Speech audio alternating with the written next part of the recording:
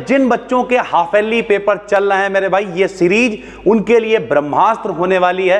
Half yearly में supplementary से मेरे भाई 3 चैप्टर आपके आएंगे, जिनमें से जो पहला वाला चैप्टर है the summer of the beautiful white horse, ये बहुत इंपॉर्टेंट है। और इनमें से हम आपको 6-7 क्वेश्चन करा जरूर रहे हैं, लेकिन कौन कौन से मोस्ट इंपॉर्टेंट होने वाले हैं, कैसे कैसे क्या क्या सिनेरियो रहने वाला है, पूरा डिटेल में बताएंगे। और अभी हम 3 वीडियोस पब्लिक कर रहे हैं मेरे भाई, तीनों चैप्टर्स के जितने भी इंपॉर्टेंट हैं। फिर बताया जा रहा है इन सारी वीडियोस के पीछे रिसर्च होती है, हम कभी भी कुछ भी हवा में कंटेंट बनाते ही नहीं। तो 2 से 3 दिन की रिसर्च है, आप कोई यूट्यूब पे पेपर सर्च कर लेना, आपको इनके अंदर से ही क्वेश्चन मिलेगा मेरे भाई। तो चलिए शुरू करते हैं इस वीडियो को। देखो भाई, सबसे पहले शॉर्ट क्वेश्चन इससे ज्यादा बनते हैं, लॉन्ग में उतने ज्यादा क्वेश्चन नहीं बनते, लेकिन हम हमेशा कह रहे हैं शॉर्ट हो या लॉन्ग हो, आपको कंटेंट पता होना चाहिए कि कहानी एक्चुअल में है क्या। तो सबको पता है भैया, एक लड़का है घोड़ा चुरा के ले आता, क्या क्या है वो आपको भी पता चल जाएगा, जरा देखना। तो व्हाट फीलिंग, यानी क्या फीलिंग्स हैं, क्या महसूस कर रहा है, did the site of cousin Murad and the horse arouse in the narrator, यानी किस तरीके की फीलिंग्स हुई, किस किस तरीके की चीजें हुई जब क्या है, उसका जो मुराद है, उसका चचेरा भाई कह लो, कजिन मतलब क्या होता है, चचेरा भाई, जब वो घोड़े को लेकर आया। अराइज मतलब क्या होता है, प्रकट होना, तो उसी की सेकंड फॉर्म लगा रखी है अराउज। जब वो प्रकट हुआ मेरे भाई, तो उसकी किस तरीके की फीलिंग थी, क्या दृश्य थे मेरे भाई। तो देखिए, द नरेटर स्टेयर्ड, स्टेयर्ड मतलब होता है घूरना, यानी नरेटर मतलब जो लेखक था वो घूरता रहा। फर्स्ट एट हिज कजन, पहले तो क्या करता रहा, वो अपने कजन यानी चचेरे भाई को घूरता रहा कि भैया ये घोड़ा ले कहां से आया, कौन सा घोड़ा, हालांकि शौकीन था, सारी चीजें थी, लेकिन वो घूरता रहा। तो स्टेयर मतलब क्या होता है मेरे भाई, घूरना होता है। तो the narrator stared first at his cousin, पहले अपने चचेरे भाई को घूरता रहा, and then at the horse, और फिर उसने घोड़े को घूरना शुरू करा। एट द हॉर्स मतलब उस देन मतलब बाद में, यानी बाद में उसने घोड़े को घूरना शुरू कर दिया। तो हुआ क्या एक्चुअल में, जो नरेटर है यानी जो लेखक है वो कहानी बता रहा है कि जो उसका चचेरा भाई है मुराद, वो क्या करके आया, वो एक घोड़ा लेके आ गया। तो जब वो घोड़ा लेके आया तो उसने कहा यार इसके बाद घोड़ा कहाँ से आ जाएगा, इतना महंगा घोड़ा, हम लोग तो गरीब आदमी हैं। तो वो पहले तो अपने चचेरे भाई को घूरता रहा, और उसके बाद वो किसे घूरता रहा, घोड़े को घूरता रहा।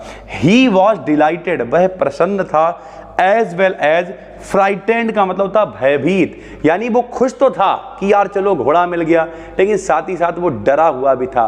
तो इस तरीके से आपने लगाया, he was delighted as well as frightened का मतलब क्या होता है, यानी वो डरा हुआ भी था, साथ ही साथ में खुश भी था। तो ये पहला क्वेश्चन है, इंपॉर्टेंट तो हम इसे नहीं कहेंगे, लेकिन सारे आए हुए ही क्वेश्चन है, तो आपको पता होना चाहिए। तो क्या क्वेश्चन है भाई, किस तरीके की फीलिंग, किस तरीके का दृश्य था जब मेरे भाई जो कजिन है Mourad and the horse arouse in the narrator, यानी जब घोड़ा लेके वो आया तो किस तरीके की फीलिंग थी, किस तरीके का दृश्य था। तो वो डरा हुआ भी था, हैप्पी भी था, यानी आप जरूरी नहीं डिलाइटेड लगाएं, ही वॉज हैप्पी लगा सकते हैं, and as well as afraid यानी डरा हुआ लगा सकते हैं। तो कुछ भी जरूरी नहीं इतनी कठिन मीनिंग ही आप इस्तेमाल करेंगे, कोई सरल लैंग्वेज भी आप इस्तेमाल कर सकते हो। Who was John Biro, John Biro क्या थे, जिनका रियलिटी में घोड़ा था मेरे भाई। तो जॉन बायरो कौन थे, बहुत ही आसानी से, और किस तरीके से उन्होंने, how did the John बायरो identify his horse, किस तरीके से उन्होंने अपने घोड़े को पहचाना मेरे भाई। तो उन्होंने क्या करा, उसके दांत देखे थे, मुंह में हाथ डाल के देखा था। तो जॉन बायरो वॉज एसीरियन, ये कौन है मेरे भाई, जिस तरीके से हम लोग इंडियन हैं वैसे ही वो कौन थे, एसीरियन थे। ही रिकॉग्नाइज्ड, उन्होंने पहचाना, द हॉर्स मतलब घोड़े को, आफ्टर चेकिंग यानी चेक करने के बाद, इनसाइड हिज माउथ यानी उसके मुंह के अंदर चेक करने के बाद, and finding that it matched his horse, जब उन्होंने देखा, मुंह खोला कि वैसा ही है, घोड़े का मुंह मैच कर रहा है, तब उन्होंने कहा कि ये मेरा ही घोड़ा है मेरे भाई। तो ये क्वेश्चन है, काफी बढ़िया है। Why did the boys return the horse, क्यों मेरे भाई लड़कों ने घोड़ा वापस कर दिया।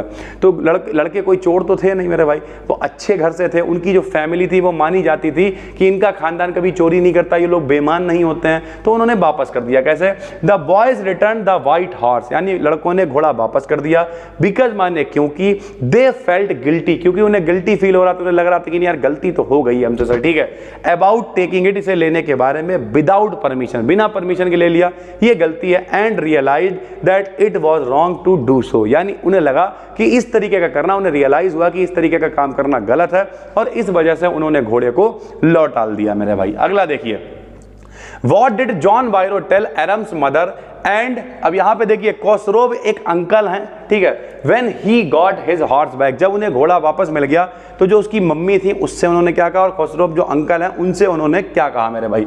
तो after John बायरो got his horse back, जब उन्हें उसका घोड़ा वापस मिल गया, ही केम टू एरम्स हाउस, वो एरम के घर गए।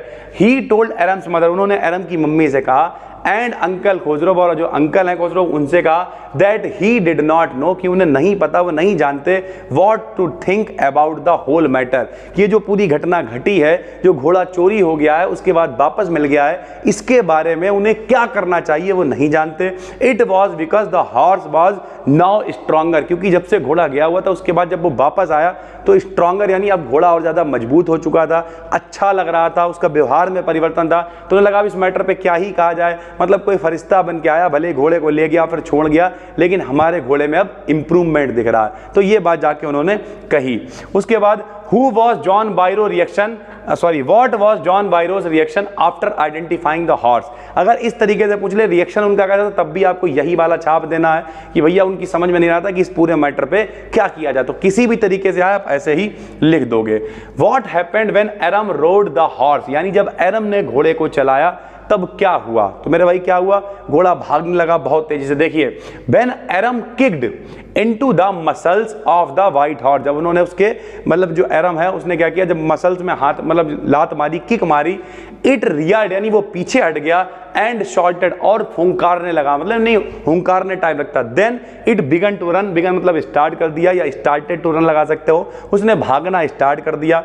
It ran down the road and began to leap, यानी वो रोड के तरफ, रोड के नीचे भाग गया एंड उसने छलांग लगाना शुरू कर दिया, यानी बिगन टू लीप मतलब होता है छलांग लगाना, और उसने छलांग लगाना स्टार्ट कर दिया मेरे भाई, ठीक है। इसके अलावा इसमें एक क्वेश्चन आ रहा है जो हमने लास्ट में लगाया हुआ है, कैरेक्टर स्केच ऑफ मुराद मेरे भाई, ये देखिए ड्रॉ कैरेक्टर स्केच ऑफ मुराद, ये बहुत इंपॉर्टेंट है, तो ये भी आपको पढ़ लेना है। कैसे पढ़ोगे बताओ। मुराद इज एरम्स कजिन, मुराद कौन है, एरम का कजिन है। दे बिलोंग टू अ, ये अब देखिए यहां पर एक फैमिली है, गैरो घलेनियन फैमिली बोलते हैं उसे, कि हमने हिंदी में लिख दिया है गैरो घलेनियन फैमिली। क्या होती है फैमिली, इस तरीके की फैमिली है, सब लोग जानते हैं कि अगर कोई भी इस फैमिली से होगा तो वो झूठ नहीं बोलेगा, वो बेईमानी नहीं करेगा मेरे भाई, तो इस तरीके की ये फैमिली है। तो ये दे बिलोंग मतलब ये लोग जो है एरम्स का कजिन है। एरम कौन है, नरेटर जिसकी बातचीत कर रहे हैं, तो एरम का कजिन कौन है, मुराद है। दोनों लोग गैरो घलेनियन फैमिली से हैं। पीपल ऑफ दिस ट्राइब, इस जाति के जो लोग हैं, are famous for their honesty, अपनी ईमानदारी के लिए फेमस है, वो लोग बेईमानी नहीं करते हैं, ईमानदार रहते हैं। For a very long time, एक बहुत लंबे समय तक।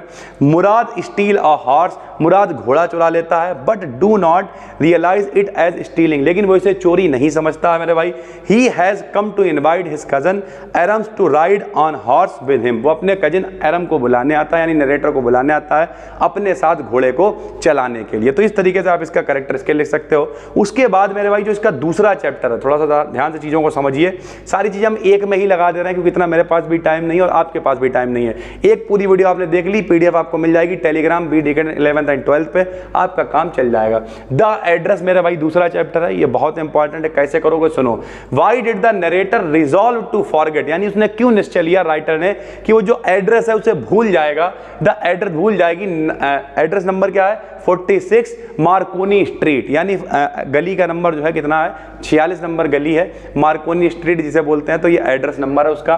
तो उसने नरेटर ने यानी जो राइटर है उसने क्यों सोचा कि एड्रेस भूल जाएगी, तो इस कहानी में क्या है भैया, उसकी मम्मी थी, मम्मी ने अपने पड़ोसी को बहुत सारी चीजें दे दी, जब राइटर उसके पास गया तो उनके मन में लालच था, तो उन्होंने राइटर की तरफ देखा भी नहीं मेरे भाई, जब देखा नहीं तो उसे लगा यार ऐसे लोगों से क्या ही मतलब रखना है, इस तरीके की चीजें। प्लस वो जो सामान था उन्होंने ऐसे ही रखा हुआ था, उनकी मम्मी की कहने के लिए यादें थी, लेकिन उन्होंने ऐसे ही गांज रखा था, तो उसे फिर कुछ अच्छा नहीं लगा और वो वहां से चुपचाप चली आई। तो देखिए sir, the narrator resolve to forget the address house number 46 Marconi street because, भूलने का निर्णय लिया, क्यों लिया बताओ, because it contained all the valuable belongings of her mother, क्योंकि सारी की सारी जो बिलोंग मतलब होता है कनेक्ट करना, किसी से रिलेट करना मेरे भाई, ठीक है। तो जो उनकी मम्मी से जुड़ी हुई जितनी भी वैल्यूएबल यादें थी, जितनी भी मेमोरेबल यादें थी of her mother which were very tastelessly arrange, यानी वो बहुत ही टेस्टलेसली का मतलब समझ रहे हो, आस्वाद तरीके से, मजा नहीं नहीं आ रहा, बोले कहते नहीं स्वाद नहीं आ रहा, उल्टी सी तरीके पड़ी हुई, मतलब गिलास थे, कप थी, प्लेट्स थी, ये सारी चीज़ें उल्टी सी तरीके से उसने डाल रखी थी।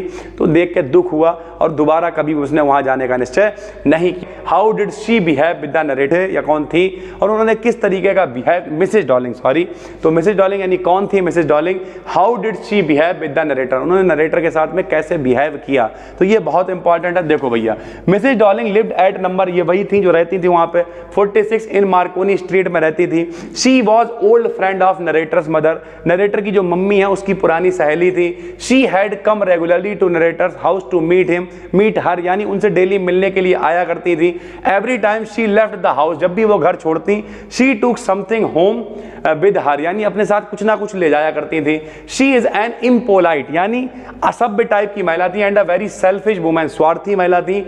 Who does not recognise the narrator, उन्होंने नरेटर को नहीं पहचाना।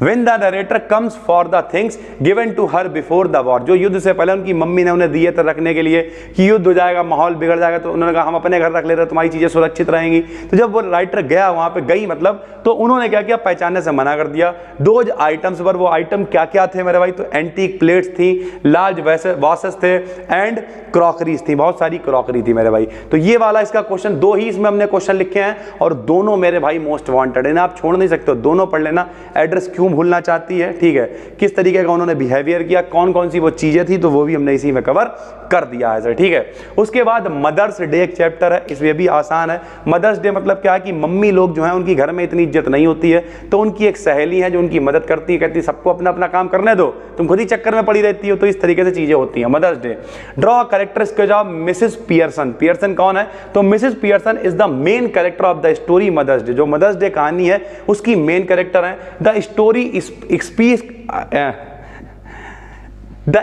स्पीक्स, सर ठीक है सर, कुछ लोग कहेंगे सर जी मुंह में अंग्रेजी फंस गई, अरे हो जाता है जब अंधाधुंध चीजें चल रही होती। तो द स्टोरी स्पीक्स, यानी स्टोरी क्या कहती है, अबाउट द मदर्स पोजीशन, यानी जो मम्मी लोगों की पोजीशन है इन अ होम, घर के अंदर, उसके बारे में बताती है। And the rude attitude of her family members, और जो घर वालों का नहीं, सब कुछ मम्मी के ऊपर ही थोपे पड़े, मेरा खाना क्यों नहीं बना, अभी मेरा नाश्ता क्यों नहीं मिला, हमें जल्दी जाना है, मेरे जूते कहाँ, ये वो सब, तो रूड बिहेवियर को दिखा रही है सर, ठीक है।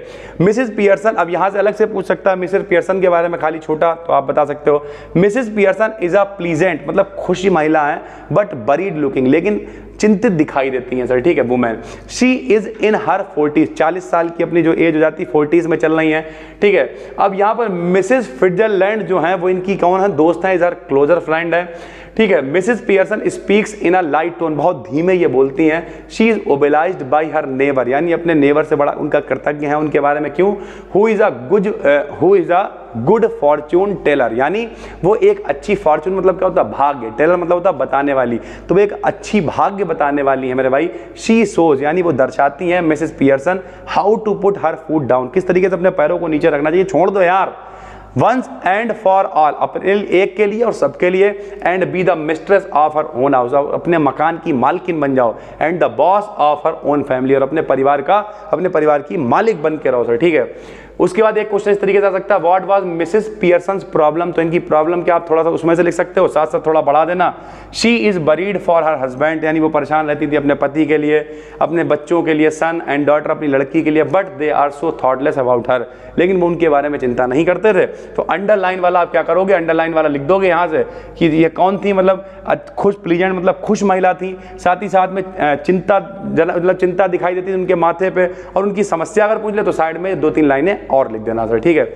उसके बाद फिट्जरलैंड कौन थी, तो ये ऊपर का तो सेम लिख दोगे आप, उनकी पड़ोसी थी, दोस्त थी, सारी चीजें हैं सेम आप लिख लोगे उसी लॉन्ग में से। व्हाट डिड, ठीक है, डोरीज, अब जिनकी लड़की का नाम है, डिमांड टू हर मदर, जो इनकी लड़की है डोरीज, उसने उनसे क्या कहा, तो उसने चाय के लिए कहा, उन्होंने मना कर दिया। कैसे मना किया, देखिए, Doris demanded to her mother to prepare tea, चाय बनाने के लिए उसने डिमांड किया। She wanted the prepare tea kept in the kitchen, यानी किचन में बनी बनाई चाय वो चाहती थी रखी हुई। But the mother replied, mummy ने रिप्लाई किया, that if she wanted it she could prepare it by self, अगर उसे चाहिए है तो उसे ये खुद ही बनाना पड़ेगा। तो मेरे भाई ये वो कुछ क्वेश्चन हैं जो बहुत इंपॉर्टेंट हैं, सारे के सारे जो मेरे भाई जितने भी सब छांटे गए हैं बिल्कुल कायदे से, और 3 ही चैप्टर आपके हाफ ईयरली में आएंगे। अभी ये वीडियो लगभग हुई होगी 15-20 मिनट।